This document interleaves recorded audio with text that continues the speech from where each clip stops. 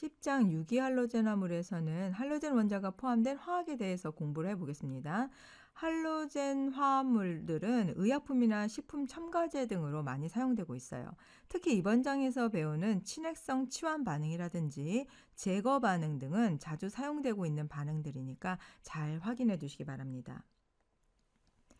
먼저 할 내용은 할로젠 알킬의 명명법에 대한 내용입니다. 여기서도 기본적인 내용은 앞에서 배운 것들과 동일해요. 가장 긴 사슬을 모체로 정해줍니다.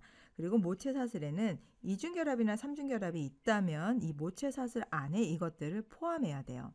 그리고 두 번째 단계에서는 알킬이나 할로젠이 우선순위가 동일하기 때문에 가까운 사슬부터 번호를 붙여줍니다. 즉 알킬이 있고 할로젠이 있을 때는 어느 쪽이 우선이냐, 이때는 동등한 우선순위를 부여한다는 거예요.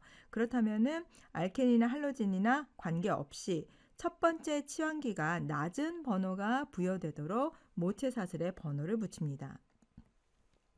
그렇다면은 2번 자리에 메틸기 있고 4번 자리에 메틸기 있고 5번 자리에 브롬이 있습니다. 우리가 거꾸로 하지는 않겠죠. 그렇게 되면 첫 번째 치환기가 3번 자리에 있기 때문에 이번에는 왼쪽에서 오른쪽으로 가는 방향으로 진행을 합니다.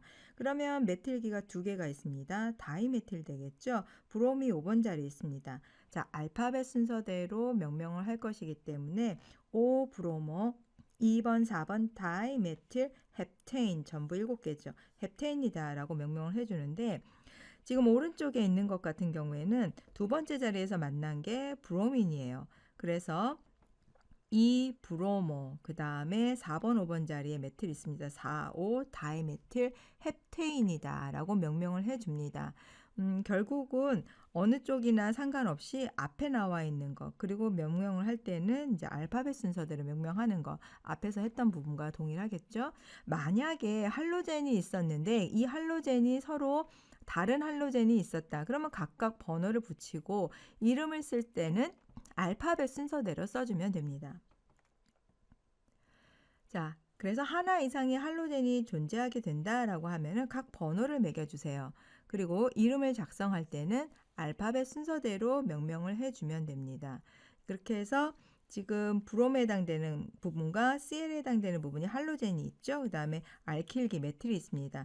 1번, 2번 자리로 하지는 않습니다. 여기 첫 번째에 할로젠이 붙어 있기 때문에 해서 우리가 번호를 이렇게 부여를 해주는 거죠. 그러면 지금 같은 경우에는 브롬이 브로모하고 B로 들어가는 거죠.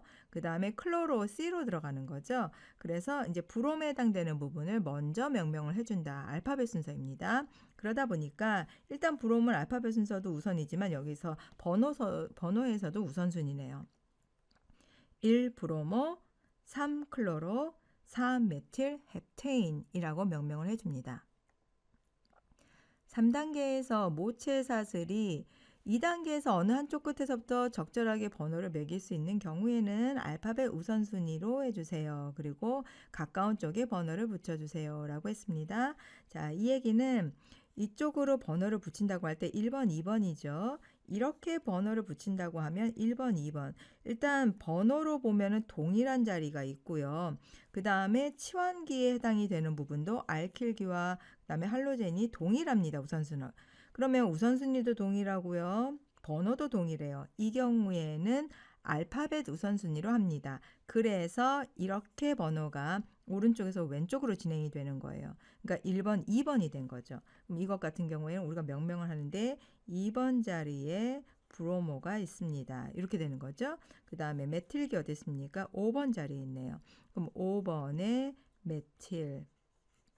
자, 이거 모두 몇 개 있습니까? 6개 있네요. 그러면 헥세인이라고 명명할 수가 있겠죠? 이렇게 해서 명명법에 대한 내용들을 봤습니다. 모체 사슬의 번호가 양쪽 끝에서 가능할 때는 알파벳 우선순위로 한다라고 생각하시면 됩니다.